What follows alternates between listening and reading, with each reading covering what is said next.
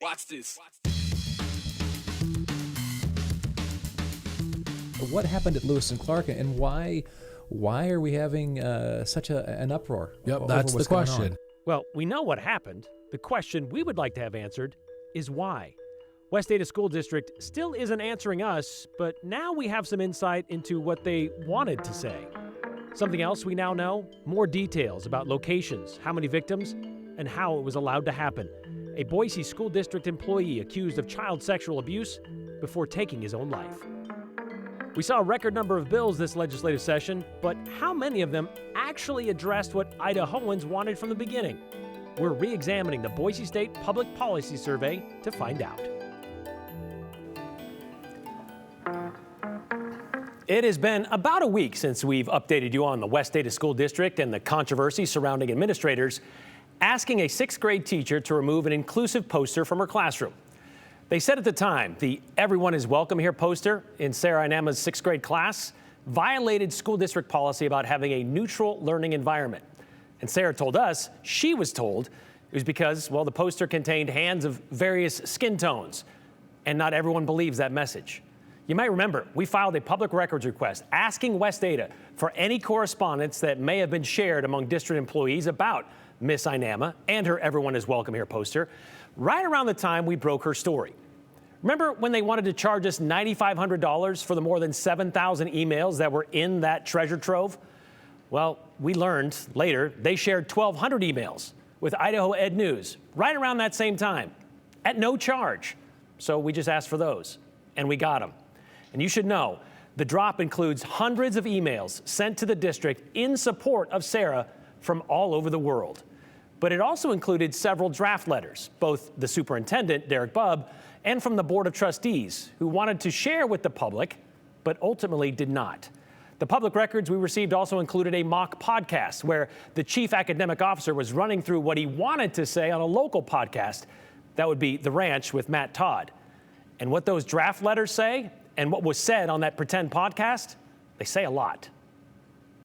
Sometime around spring break, a series of draft responses from the school board was shared among the trustees.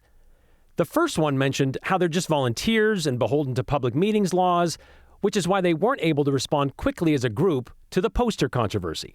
It lays out how everyone is welcome at West Ada, reiterates their sign policy, that's 401.2, and how difficult it is to monitor 58 schools with hundreds of rooms without disrupting learning. They said they've been able to do it, though, until now. This time, a teacher had a sign that contained the same "Everyone is Welcome" text that we all agree with, but there was additional graphics that were on the bubble, but ultimately determined to have crossed the line of being potentially political. Unfortunately, in this case, the grievance process was bypassed, and instead, the media were contacted, and things went quickly downhill, they said. It went on to say, yet the media care nothing about principle, nor learning, nor kids. They care about clicks, and nothing stirs up more clicks than controversy. You can imagine how that made our staff feel, and the administration, and the board. I can only say that I hope you're never accused of being a racist by hundreds of people across the country you've never met with no ability to respond. Subsequent drafts removed the part about Sarah taking her story public and the uncaring way the media covered it. But the message was still the same. Everyone is welcome at West Ada. We're going to continue to focus on learning and enforce the policy 401.2, all while acknowledging the, quote, unintended pain caused by the situation in which mistakes were made. Speaking of mistakes, or maybe trying to avoid them, 2 days after Sarah shared her story, and 2 days before going on a local podcast, the chief academic officer, Marcus Myers, practiced his answers. Because of the relationships, not because of the poster or a display on the wall. It's about our actions aligning with our beliefs, and those are so much more powerful than any piece of paper we can hang up. As an aside, I'm trying to decide how nasty I want to get with you and how much I want to, I don't think Matt's going to do that. So Matt's going to ask those questions exactly the way you asked him. Yeah. Okay. Yeah, so what about this? Why is that such a problem? Yeah. What Matt does then is he then interjects his beliefs in that and then says, what do you think about About 15 minutes later, they started talking about the Explorer Way posters already in Lewis and Clark middle school classrooms and how they say the same thing as Sarah's "Everyone is welcome here" poster. Why was this sign different?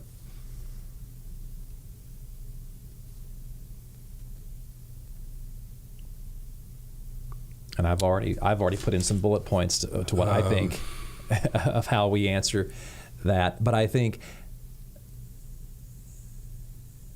Brian Holmes would ask that question. And he should. Yeah. Matt will not. Yeah. But Brian Holmes will ask that question. Absolutely. Because he zoomed in on that in the deal.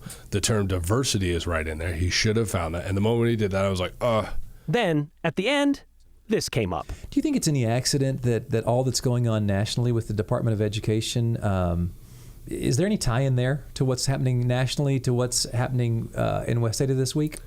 This was no accident at all. I think it was directly timed along with this and the conversation we've had politically in the Department of Education, politically timed both by the reporter and by the teacher. I just threw that question in there. Boy, I don't know how to. I don't like that answer, but it's not wrong. It's true. It's absolutely true.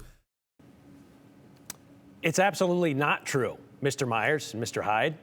But you might know that if you had agreed to speak with us about this instead of deciding to avoid tough questions and going on a safe space podcast. And the same could be said to the West Ada board members.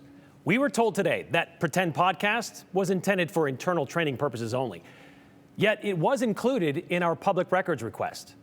And because we're all about transparency here at KTVB, let me tell you how this story came to be.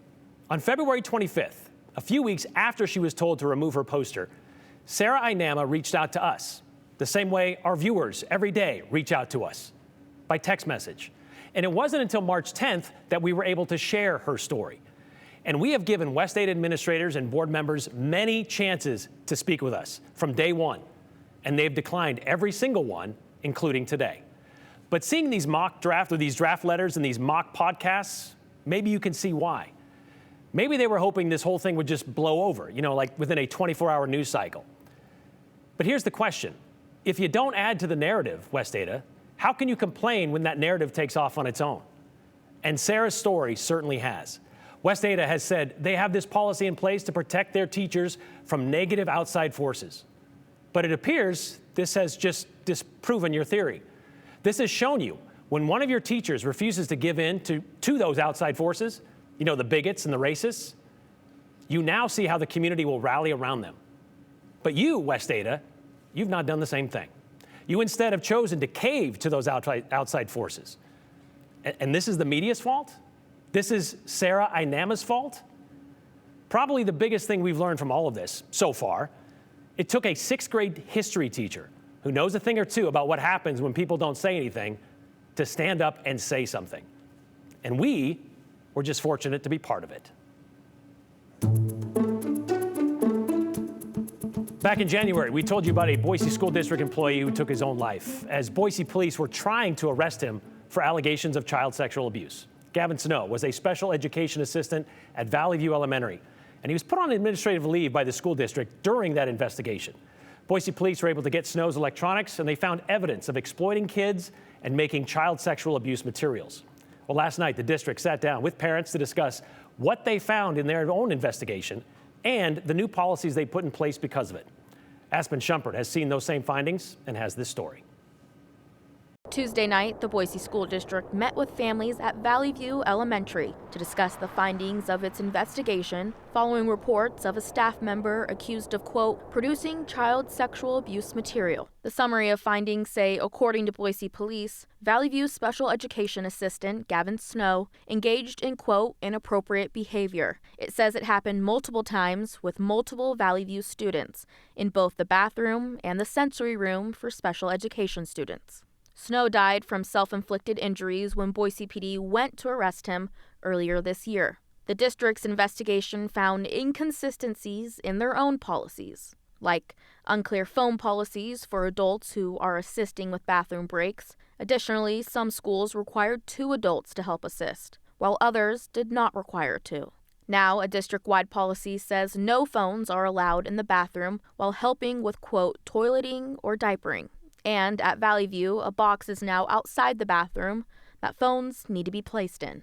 The district will also require 2 adults present when assisting with bathroom breaks. Additionally, investigators found that before, The doors leading into the sensory room at Valley View were closed when students were inside. Now the doors are to be left open.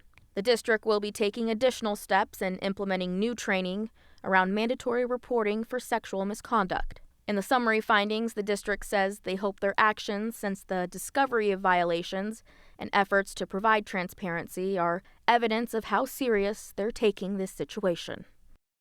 The district did not respond to an interview request for today about the incidents and the investigation, but further say in today's release they are committed to student safety, and together as a community they will work towards restoring trust so every student feels safe and valued. If you or someone you know is struggling or is in need of support, you can call the Suicide and Crisis Hotline at 988. We have more information for those resources at ktvb.com. That's important to know, too.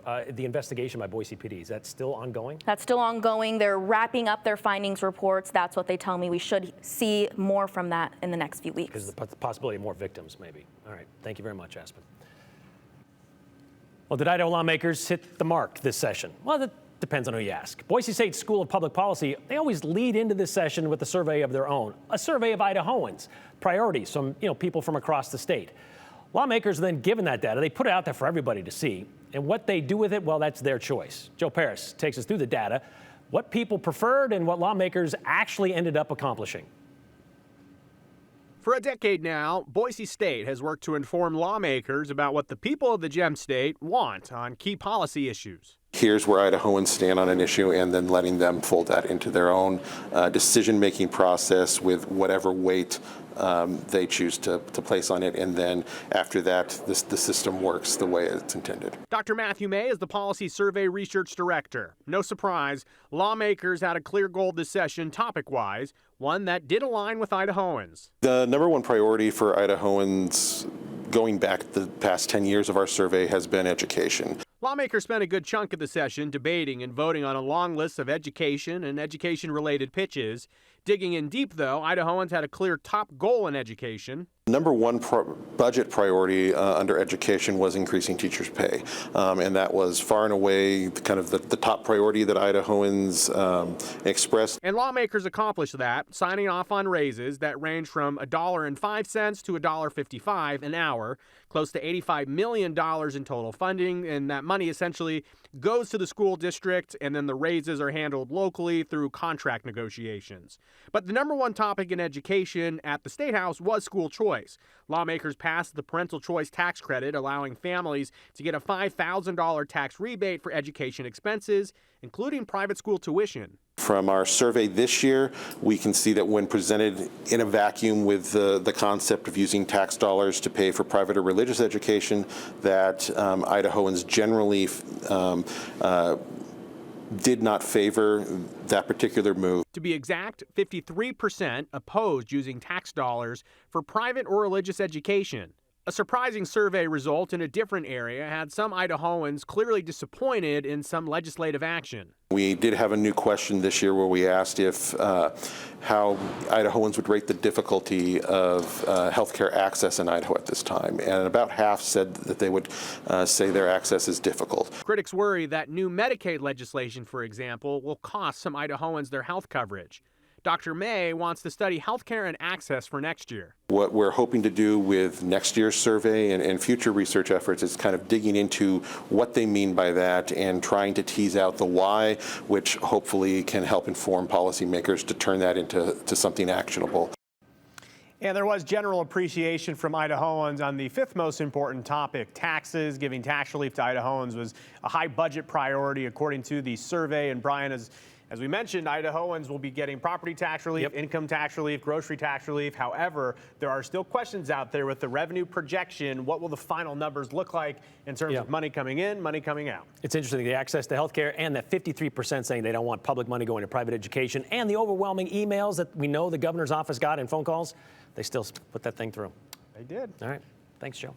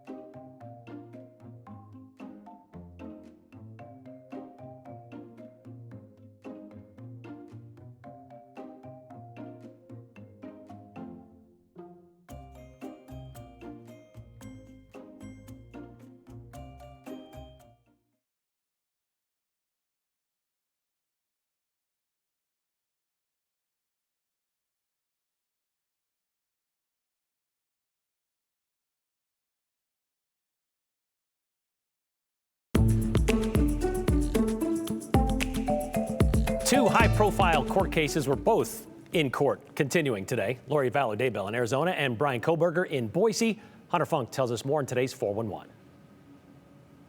First called friends to come to the house before they called law enforcement. There was more debate over what evidence to use in Brian Koberger's murder trial.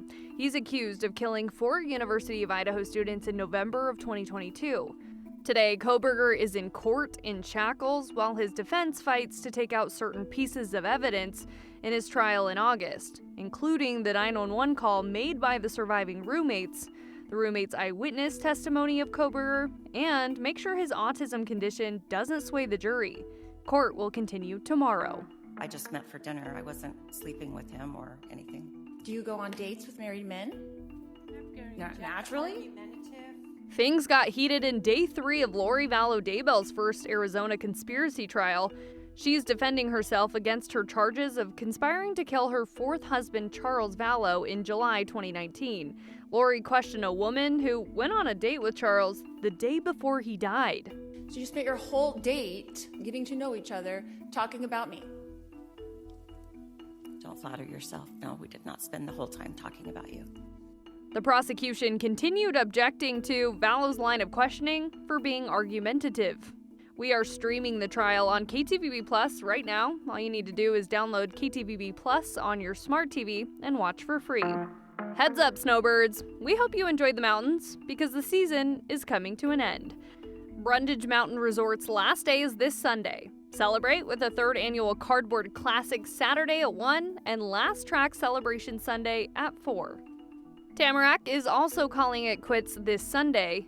Bogus Basin is officially closing full operations this Sunday, but grab your gear for the following bonus weekend on the 19th and 20th, where they're going to send the season out with the iconic Pond Swim Saturday, the 19th at noon.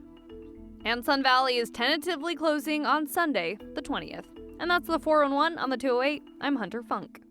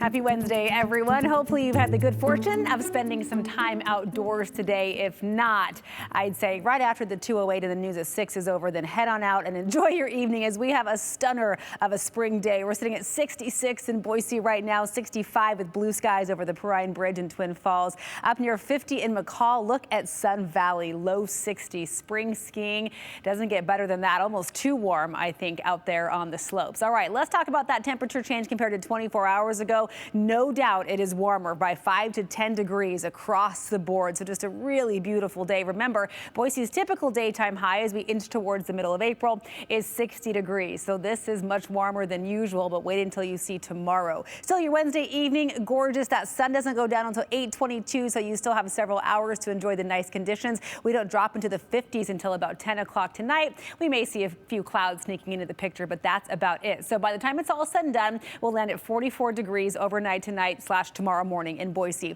This, though, is our big headline for tomorrow. We have a strong ridge of high pressure that's going to amplify in a big way over the next 24 hours. That will take us into near record territory. The record high for April 10th in Boise is 82 degrees.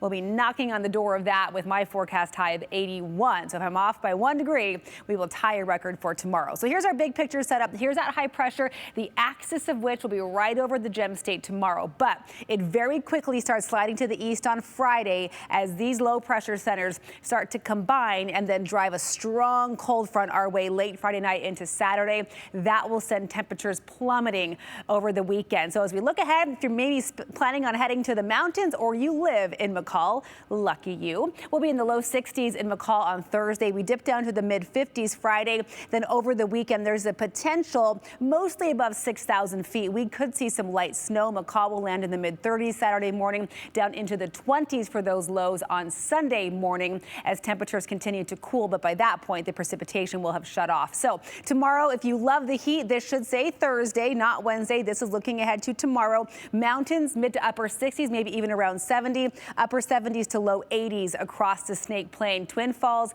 Mountain Home, Boise all have a chance of setting record highs tomorrow. Still a very pleasant Friday with low 70s. Then that windy, cooler weekend, highs only in the upper 50s here in Boise. Back to sweater weather, but a nice warm up next week.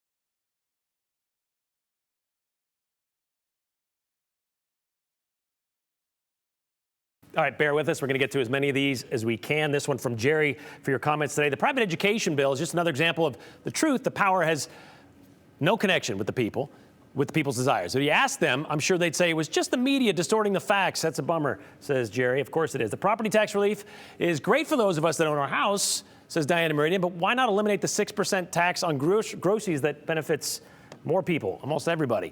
The safety of our children should be the #1 priority for our school districts, and the stories from both Boise School District and West Ada School District made me question if that's the case. Protect our babies, please, says Ashley. But at least Boise put in a policy in place to kind of prevent this from happening again. We'll see what happens at West Ada. As Tam says, it went quickly downhill. Yeah, it did. Thank you, media. There was just one poster, says Mike in Caldwell. Now there are 10,000 T-shirts out there. Interesting strategy, as he says. So Marcus Myers believes Sarah and Brian orchestrated this whole political controversy. Typical worst Ada way of not taking responsibility. Where is Derek Bubb in all of this? As I mentioned before, anytime any of them want to come on and talk to us about this and answer a few questions about why they did this and the way it went why it went this way, we'd be happy to have them. We could do it live. We'll put the whole thing online so you can see it from beginning to end, unedited. We'll do all that. But we've heard zero from them other than asking for public records requests. I'm a West Ada employee. I've tried to give them the benefit of the doubt throughout this, but the mock interview you showed today is appalling. Morale in the district office is at an all-time low because there is a complete lack of real leadership. There's also a West Ada school board meeting coming up on Monday night. Maybe we'll see you there. Continue with us and watch free now on the KTVB Plus app everywhere you stream.